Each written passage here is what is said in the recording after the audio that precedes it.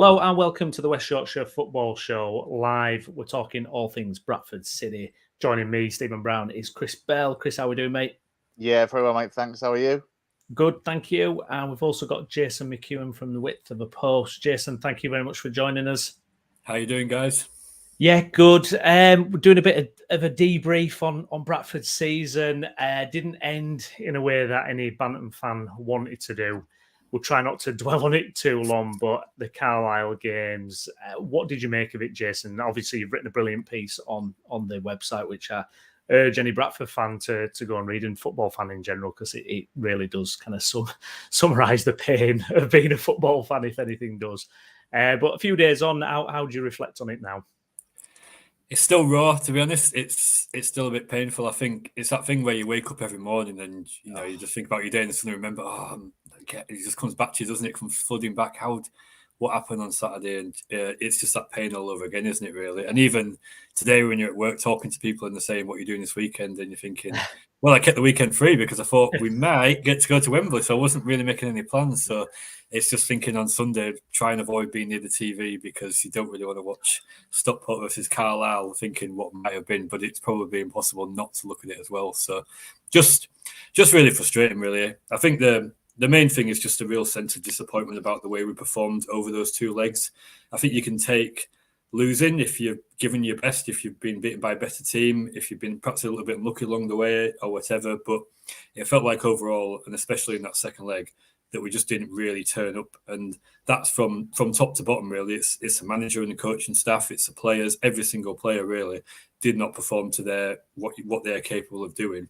And it just leaves you away feeling just really frustrated because we didn't get to show what we're about, really. We didn't give it our best. We come away really selling ourselves very short. And that kind of haunts you a little bit, really, because it just feels like we could have done so much better. But on the day, we completely froze. It's so strange as well because you think of the manager, Mark Hughes, he's played at the highest level himself, and I really thought he could be the key factor really for not kind of choking and getting through, but it didn't seem to happen, did it? Yeah, I think when you think about his background and all the great things he's done over his career, these are the kind of moments where you think that experience and that extra know-how of being at the top is going to really count, and he'll do something that'll be extraordinary. He'll be really calm on there, and he'll make really good decisions. And it just seemed to get to him as much as anything, really. And some of I think the team selection wise for both legs, it was playing it a little bit too safe. It was quite defensive minded. I get the feeling really as the season's gone on, there's a lot of players he doesn't really trust in this squad, and therefore he's really reliant on certain players, and he's just hoping they're going to perform well. And that can be quite difficult. I felt the lack of real bravery tactically. And then during the game, I mean, a lot of Bradford City fans will talk a lot for years to come, I think it's fair to say, about the substitution of taking off Scott Banks and bringing on the defender Matty Platt. That just is something that we're not going to forget for a long time, really. But they're the moments where you think, a top manager like Mark Hughes, he's going to do something extraordinary or something there that will really count in the long run. Because through that promotion running, he's generally been really good, and the way he's been so calm and really confident throughout has been really inspirational, I think, for the club. But just in that moment, it just hasn't happened, and that's really disappointing to take, because you would think for someone his experience and calibre, you'd expect a bit more. I mean, the Scott Banks substitution, like you say, that's the big talking point. Hughes has come out and said that he was dead on his feet and tired. Do you buy that, or do you just think it was just a mistake? I can understand why he would want to take Banks for that point, because I think over the last couple of years at Bradford City, we've caught up a little bit with the rest of the world in terms of data, and we're actually tracking people's performances during the game and fitness levels. There's all that there live on there on the bench, so they're very aware about that. So they will be quite clear that if Scott Banks' energy levels are quite low, they've got the data to show that. So I don't really have an issue with that part of it. And I don't think most Bradford City fans would overall. I think the problem is bringing on a defender at that point, because you've got two wide players, two forwards there on the bench who could come on, and we're suddenly in the ascendancy at that point. We've just scored. We've been really poor throughout that game, but suddenly, for the first time, Carlisle, there's a test of them, isn't there, at that point in time, about their composure and can they get through when they're getting tested there. And we just gave the initiative straight back to them. And that's the disappointing thing. Absolutely fair enough to take him off. He did look a bit tired. He didn't have the greatest game in the world, Banks, there's no doubt about that. But to bring on the central defender was just really strange. And ultimately, it's a decision that has gone the wrong way. There's no doubt about it. No, absolutely. I mean, it was strange that the parts I didn't get a chance to watch all of both games, but every time I managed to catch some of it, it felt to me like City were just on the back foot all the time. And at the first game, until the goal, obviously, it felt like City were really under pressure. You thought, what is going on? Yeah, I think we started the first leg really well. In the first 20 minutes, we were fantastic, really, and took that lead through Jamie Walker.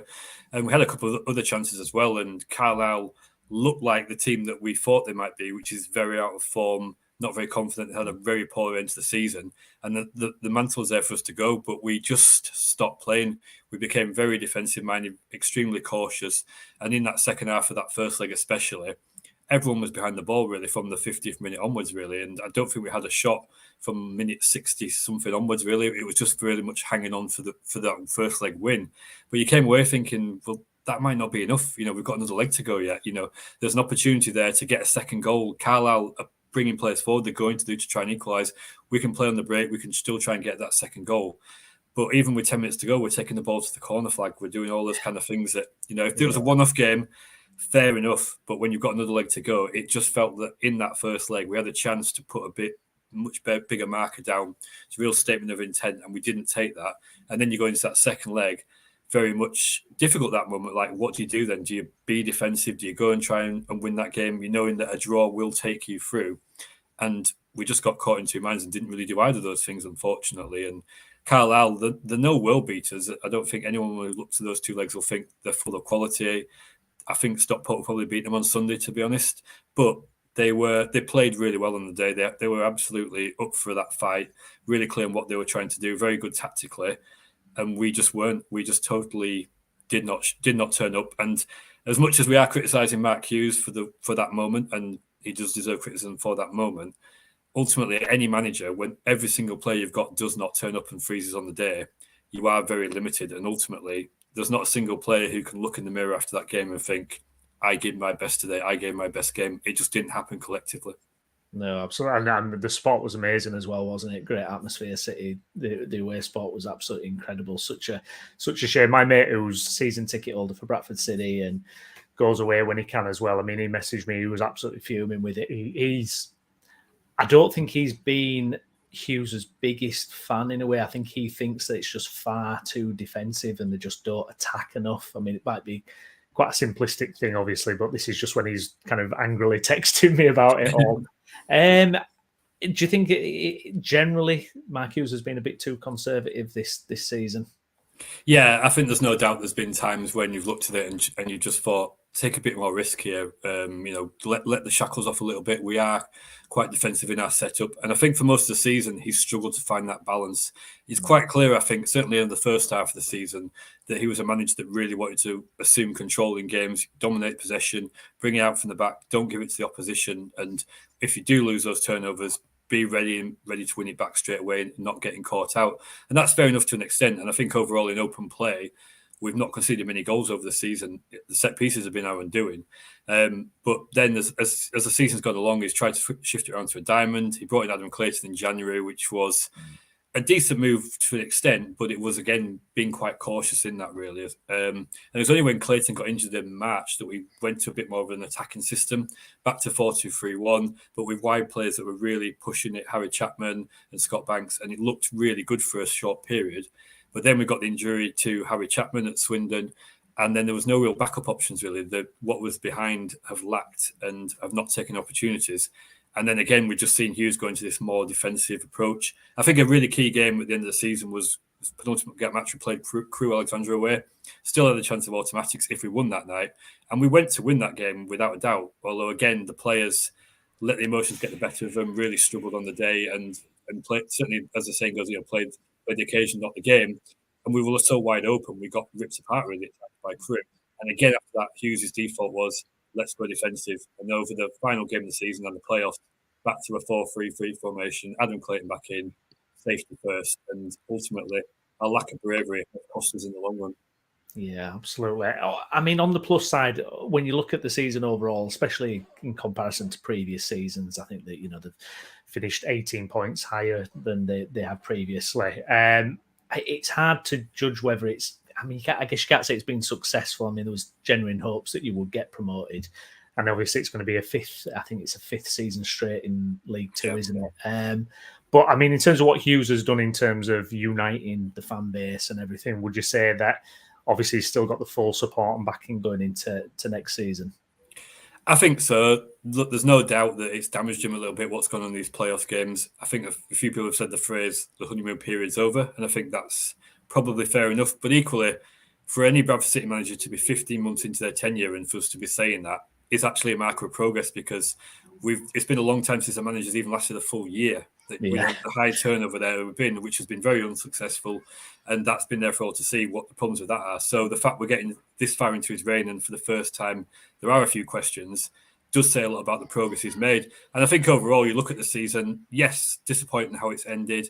Could have expected better. The automatics were there for the taking, and to an extent, we may regret that when you look at what's happening in League Two next season. Yeah. But we have improved a lot. We've kind of, for the first time in a long time, we've justified the hype that we have in ourselves, and we've had some good days without doubt. And I think collectively as a fan base, our attendances are absolutely fantastic this season, home and away, really remarkable. You know, they are levels that you just wouldn't expect in League Two, and a lot of that is the buy-in that Hughes has created and the atmosphere he's built around the club. So it feels like there's a lot there for us to build on, and we shouldn't lose sight of that at this moment in time. We've got a lot of raw disappointment at this moment in time. There is some anger and frustration. It's going to take a little bit while for that to calm down, because that's football and we're football fans and we're so disappointed.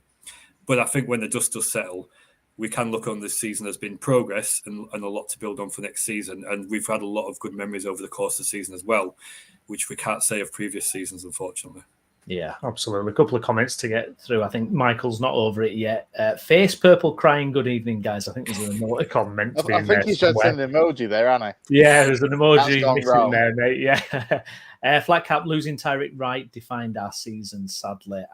Would you go along with that, Jason? Yeah, I think that was huge. And I said it at the time when he departed that could be something that we really struggle with. He'd had an exceptional first half of the season. But I think what was really key at the time was at Christmas time, we'd had a little bit of a bad run and we changed formation to play a diamond, which involved giving Andy Cook a bit of a rest. Verdane Oliver came in up front and Tyrick Wright played up front alongside Oliver, and it worked really well. Back-to-back wins we got then, some really good football, and it just felt that having Wright alongside a striker, stretching the play, running at people in a more advanced position was just what we really needed at that point in time. And then the disappointment was he then left to Plymouth, and the rumours are very strong that basically Tyrick Wright was about to become a permanent Bradford City player. We had an option there to make him a permanent player, and that was all just about done and dusted. But then Plymouth came in, and you can't knock Wright for wanting to play at a high level. But that was just a real blow to lose him at that point, because he was so talented, and he just really limited what we could do from that point. And I think it was like another 5 weeks after that before we even won another game after that, because we lost that dynamism in our play, and that diamond formation just didn't work because there wasn't a pacey striker or forward to play alongside Oliver or Cook at that point in time. So yeah, something we really miss and regret. And I think Wright, probably, to be fair, having gone to Plymouth and not barely had a game for them, probably regrets it too, and will probably look to what happened at Bradford City and think, I should have stayed there. You know, an opportunity. I totally get it. He's a championship player now, technically, but he's gone from, you know, having many years on the sidelines at Villa, a few loans here and there that haven't worked that well, coming to Bradford City and it absolutely clicking, going really well for him, and then he's taken a backward step now in terms of his first team football. So all round, I think if we all go back to early January, and say to Wright again, are you sure you want to go? He'd probably do it differently, and we certainly have regretted the fact he'd made that decision. Yeah, absolutely. Interesting to retain list has been released. Out of contract players, Cook, no surprise there. Contract on the table for him. Gilead as well. Clayton not offered a contract. Looking through the list, is there any surprises there, or is it kind of what you expected? What's your reaction to it? I think overall it's probably what you expect, because again, not to be too critical of Hughes, because we shouldn't forget he has done a good job this season. Yeah. He does play it a little bit safe with some of his team selections and some of the players he relies on. So Liam Rydalge, the left back, has been given a new deal. I think if you poll most Bradford City fans, they would have said he needs to go now, because he's been okay, but he's a bit limited as a player, very injury prone, getting on in years as well. We've got Matty Folds, who's been at Harrogate Town and probably is more the future. And also perhaps we need to upgrade completely in the left back position, but he's given Rydalge a new deal. So it's a bit of the devil you know, I think, from Hughes, in that he knows what he can get from Rydalge, but whether that's enough going forward is certainly debatable. Gilead has been a real key figure under Hughes and has always played, so no surprise at keeping him. I think what we're probably looking at next season is you need to improve our midfield because it's been an issue at times, and it's felt very well to keep Gilead. I'm personally I'm for that move, but you're probably looking at you need some competition there, and actually a bit of progress for us is probably that Gilead is not necessarily first choice next season. That's what you're kind of looking for, really. But as a squad player, and the fact he can fill out so many positions, he's very athletic, and he does do some good qualities. It makes sense to keep him. Clayton, I think we're all quite glad he's gone in a way. He kind of gave us that little short-term boost, and it certainly helped, I think, the players around him. But in that final run, in those final few games when we needed his, dynamism and we needed legs in midfield, he was just completely lacking. And on Saturday, I think the biggest mystery for me was why he stayed on the pitch as long as he did, because he was absolutely terrible and he needed to be replaced at half-time for me, and he wasn't done. So, he's done a short-term job there. But you look at his record last few years at Birmingham, at Doncaster, hasn't gone great for him. And I think there's a player there who's fading. He's been brilliant over his career, no denying that. But he's 34 now, and I think we need looking at a little bit younger and dynamism in midfield there. Yeah, absolutely. In terms of budget, in terms of bringing players in, what kind of scope is there for Mark Hughes to really make changes to this team, do you think, over the summer? Well, I think that's a really interesting point now, because I've been drafting a bit of an article that's going to go live tomorrow looking at this. And if everyone who he wants to stay stays, as in Cook, Gilead and Rideout, if they sign new deals, we're going to have 21 players, senior players on the books for next season already who are in contract. And a lot of those players, you've got people like Timmy Odesina, Jake Young, Vidane Oliver, Matty Folds, Ryan East, who have not really been in Hughes' plans. Luke Henry's another one as well. So the question is kind of, if we're looking for veteran to go improve, we've only got scope to sign 6 or 7 players at this moment in time to improve that squad. So I'm looking at it thinking we probably need a few more outgoings of players who are in contract but who long-term are not in Hughes' plans, and it's unlikely to change next season. So there's almost a little bit of wait and see with some of this, really, in terms of players who may have a deal next year but may think, I don't want to stay here next season because what's going to change about it, and therefore I need to get a new deal. So, I mean, last summer we signed 17 new players. We just behind Nottingham Forest, so that kind of thing. I can't see us having that kind of summer this year. It does feel like it's more kind of strengthening in key areas, and hopefully that means we're looking for real quality additions rather than just a lot of quantity. But there's a real key in a budget point of view. You've got a lot of players taking up budget who long term do not seem to be in Hughes' plans. What do you do about that? Can you move these players on? Do you wait until you get a new club for them and perhaps potentially wait for some of your signings because you might be able to get better? Or is it a risk you miss out on some of the best players because they're going to go be gobbled up when we can't necessarily commit our budget for that? So a few question marks a bit there, it's fair to say. How worried are you about Wrexham and Notts County? I mean, especially Wrexham with their budget coming into the league next year.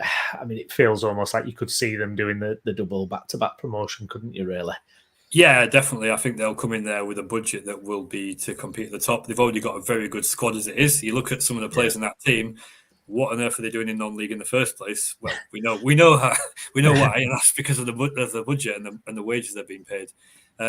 So I think absolutely they're a team that you would see bouncing, probably going for the league quite easily. It's going to be very interesting to see what sort of moves they do make in the summer. Obviously, they've had this silly talk about Gareth Bale.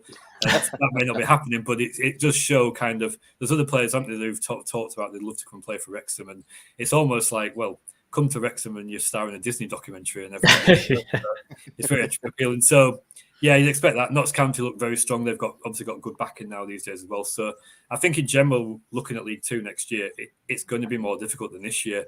And it does. That's why it does feel for a lot of us at the moment like a missed opportunity, because the competition is only going to get tougher next season. Some of the teams coming down, you can argue they're not in great shape. Morecambe financially in a bit of a mess. Accrington, Forest Green probably won't be great. MK Dons probably will be decent. So there's that side of it, but I think it's going to be harder next year, and that's something that we've got to plan for. We did our own podcast earlier this week, and one of the guys on the podcast we do made the point that really enough, League One next year looks really weak because you're losing Ipswich, Plymouth, and one of Barnsley, Sheffield Wednesday, and the teams coming up from our league aren't the greatest. And then so actually, funny enough, if we'd have been League One next season, you'd have fancied our chances to be quite decent there. But instead we're in League Two, which looks tougher. So it is just why I think there's an element for us at the moment just thinking it's we'll get over what happened on Saturday eventually. Yeah. But it may haunt us as a club for a little bit of time, actually, longer than we'd like to think it would do. It could be something we look back for a few years and think, if we hadn't taken that, we didn't take that opportunity that time there, and it made it much more difficult for us because of it.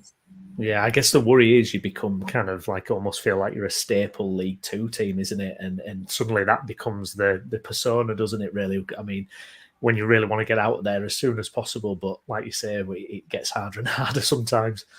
Yeah, exactly. So that is the fear, because the standards are getting higher. We've got to improve on what we did anyway. So that's why it's going to be really interesting. And you're hoping we can just unearth. Like I say, it's good that we're not rebuilding everything. I'm glad we're not talking about 10 players leaving and we need to sign 17 players like last summer. But we've really got to find that quality and improve, because if we go again with a very similar squad to what we've got right now, hopefully with Cook, it still probably isn't going to be enough when the competition's getting stronger.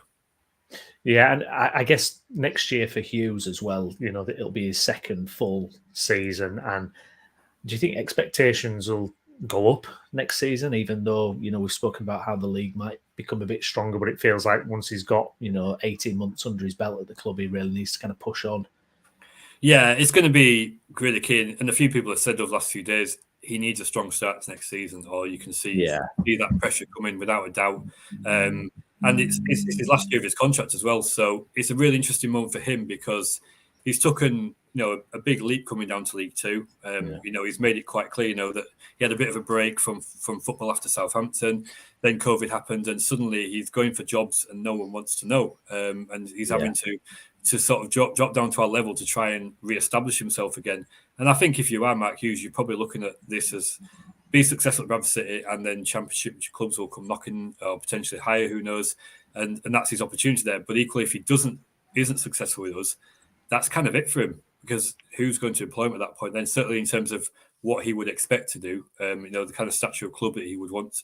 So I think it's a really key year for him now, because if he doesn't deliver success next year, if we don't get promoted, I don't think there'll be a clamour for him to sign from fans to sign a new deal. I think that kind of will be it for him. So he's really got to prove himself next season, or it could be the end of his managerial career, really. So it's a massive year. And I think in a way, he's not done great in the post-match interviews after Carlisle. He hasn't come across well when he's been interviewed by BBC Radio Leeds, for example, and that's something fans have picked on. But I think you can see, looking at it, that meant a lot to him losing that game, and that has been quite devastating for him personally to lose the playoffs as he has done. And he's got to pick himself up as much as anyone and get going again. Yeah, absolutely. In terms of the retain list, and just want to touch back on something. A few weeks back now, I think, we were talking to Andy from the City event, and I'll be honest, at the time it was a little bit of speculation over Andy Cook and the fact that Wrexham are coming up and Phil Parkinson does like a big man. The fact that obviously the contract offer is on the table for Andy Cook, but the goals he's scored, how worried are you actually that Andy Cook might take up an offer elsewhere? Not necessarily Wrexham, but you could see it coming, couldn't you, with Parker?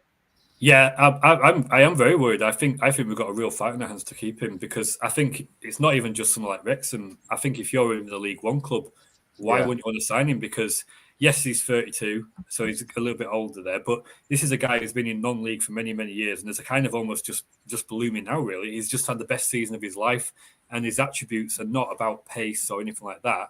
So there's no reason for the next 2 years, with the confidence he's got now, why he can't continue to be absolutely fantastic and score a lot of goals. Maybe not 31 in a season, but 20 goals a season easily at another club. So there'll be a lot of offers on the table for him, I think, and we've got to compete with that. And there will probably be some clubs who may be able to offer him higher wages than we can offer, who will come in for him in the summer. So we've got a real battle, I think, at this moment in time. He's got to look at himself, Andy Cook, in terms of he is 32. This is his big contract, this one. This is probably career-defining, life-defining to an extent, because if he can get a good salary for this next deal now, he's going to, that's going to set him up for, for the next few years and everything like that, and his future. So it's massive for him. He's got to make sure he's getting a good wage.